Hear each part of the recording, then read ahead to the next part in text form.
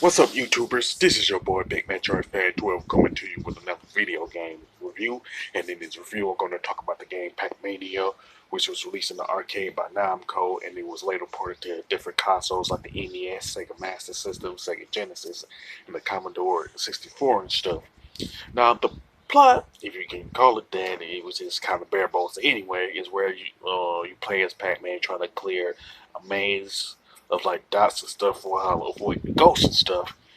Now, what makes this different from the original Pac-Man is that the mazes are designed in a isometrical way. You know what I'm saying?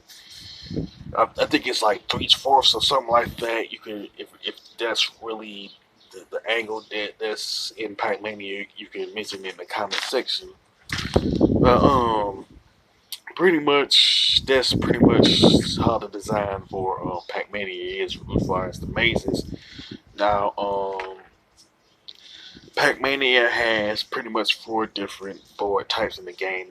That game has 19 levels in it. You know what I'm saying? And pretty much the board types are Block Town, Pac-Man's Park, Box Land, and one that you have to unlock. You know what I'm saying? Called Junkie Stops and everything like that. Now, another thing that separates Pac-Mania from Pac-Man is that you start off with trying to avoid five ghosts instead of four. You know what I'm saying? The ghosts are Blinky, Inky, Pinky, Clyde, and Sue. Plus, there's two other ghosts that you have to avoid. That show up in the later part of the game. You know what I'm saying? Their names are Funky and Spunky. You know what I'm saying? And pretty much one of the things that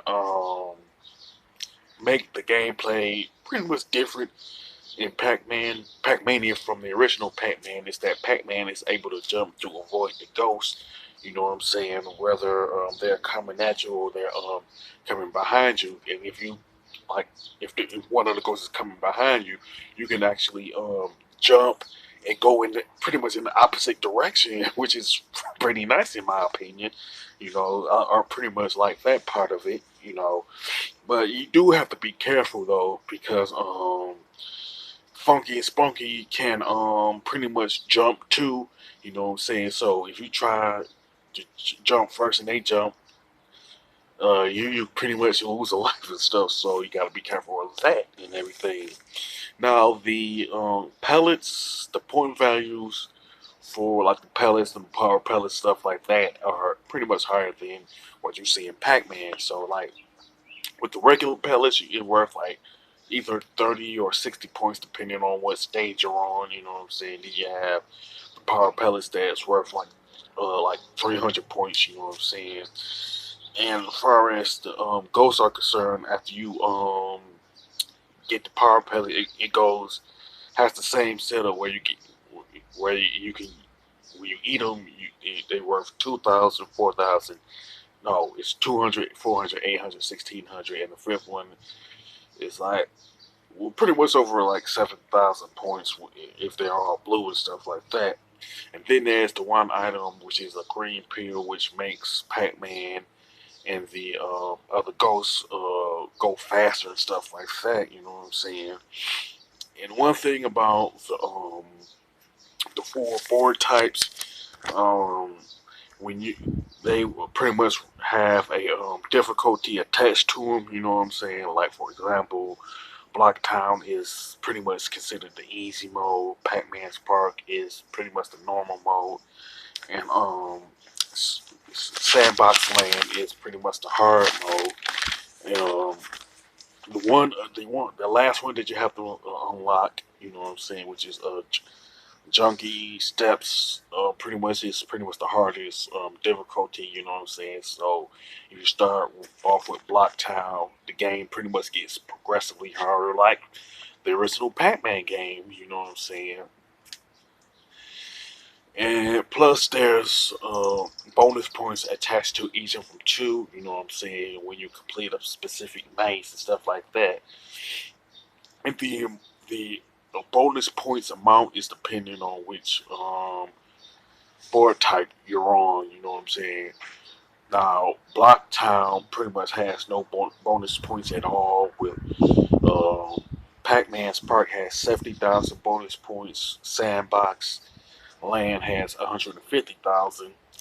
Now, one thing about Junkie Steps is that the bonus points are pretty much unknown until you pretty much unlock it. You know what I'm saying? When you complete the previous three board types and stuff like that. Now, the graphics and design for Pac-Mania are pretty good. You know what I'm saying? It has some nice color palettes to it. You know what I'm saying? And the isometrical angle of the mazes are pretty much a good touch, in my opinion. Now, the controls and gameplay of Pac-Mania are good and pretty much straightforward. But I also like the fact that you are able to jump to avoid the ghosts and stuff like that. And it is a pretty good gameplay mechanic in my opinion. You know what I'm saying?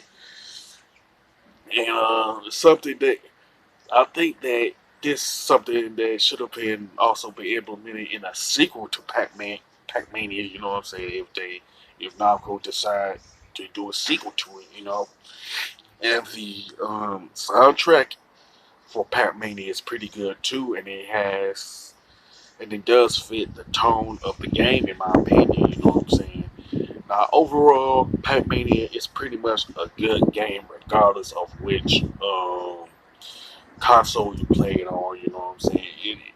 You can also play it in some of the Pac-Man compilation games and stuff like that. You know what I'm saying? So you have opportunities to play this particular game, whether it's a standalone game or compilation games or whatever the case.